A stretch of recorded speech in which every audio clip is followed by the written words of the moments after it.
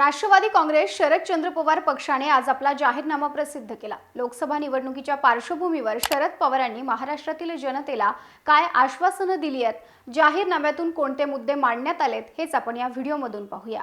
नमस्कार, मी Madhuri Kumkar, for the people news मध्ये आपलं स्वागत। व्हिडिओला सुरुवात करण्यापूर्वी आपण फॉर द पीपलला सबस्क्राइब, लाईक व फॉलो कराल। पोस्ट ग्रॅज्युएट डिग्री कोर्सच्या माध्यमातून परिपूर्ण राजकीय नेतृत्व घडवणारं आणि प्राध्यापक राहुल कराड यांच्या संकल्पनेतून साकारलेलं भारतातील पहिलं institute MIT school of government presents जागर लोकशाहीचा। राष्ट्रवादी काँग्रेस शरदचंद्र पवार पक्ष सत्तेत आल्यास जनतेला काय देणार याचीच माहिती या जाहीरनाम्यातून देण्यात आली आहे। त्याला शपथनामा असं नाव देण्यात आलंय।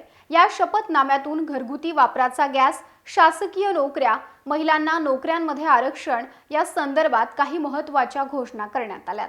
गरीब महिलांना वर्षाला 1 लाख रुपये देणार असल्याचं आश्वासन देखील या शपथनाम्यामधून दिलं गेलंय।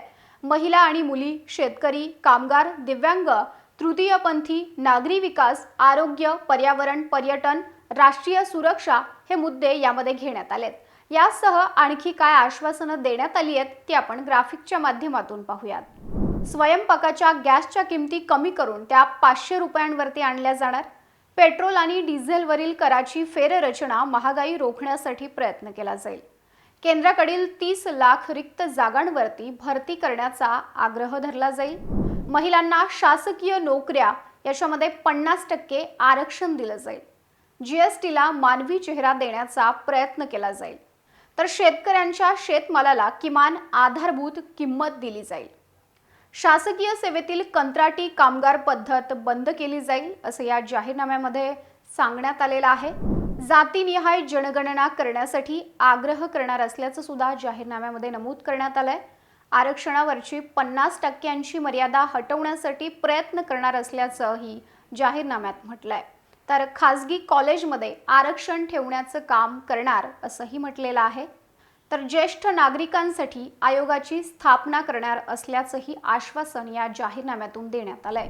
आरोग्यासाठी अर्थसंकल्पीय तरतूद करणार, शिक्षणासाठी अर्थसंकल्पीय तरतूद ही 6% करणार असल्याचंही आश्वासन दिलं गेलंय।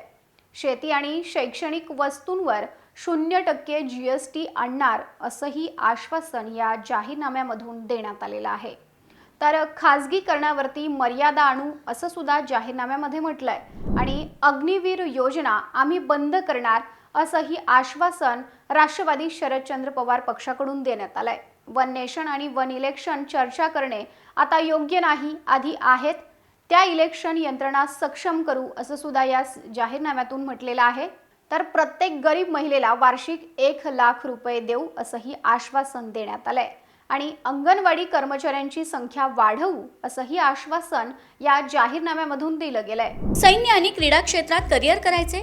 नेताजी सुभाषचंद्र बोस सैनिकी निवासी शाळा पुणे। ॲडमिशनसाठी संपर्क 960 781 1662।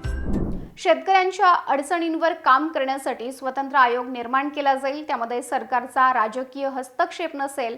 शासकीय क्षेत्रामध्ये कंत्राटी कामगारांच्या भरतीला पायबंद घातला जाईल। जातीनिहाय जनगणना करण्यासाठी आग्रह धरला जाईल।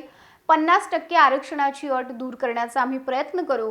खासगी शैक्षणिक संस्थांमध्ये SC, ST, OBCसाठी आरक्षणाची तरतूद करू।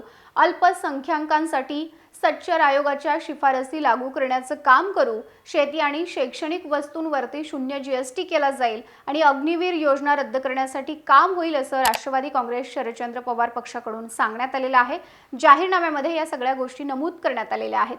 तुम्हाला शरद पवार यांच्या या जाहीरनाम्याविषयी, त्यांनी दिलेल्या आश्वासनांविषयी काय वाटतं? तुमचं मत कमेंट बॉक्समध्ये जरूर कळवा। व्हिडिओ आवडला असेल तर लाईक करा आणि अशाच आणखी नवनवीन व्हिडिओसाठी फॉर द पीपलला सबस्क्राइब करायला विसरू नका।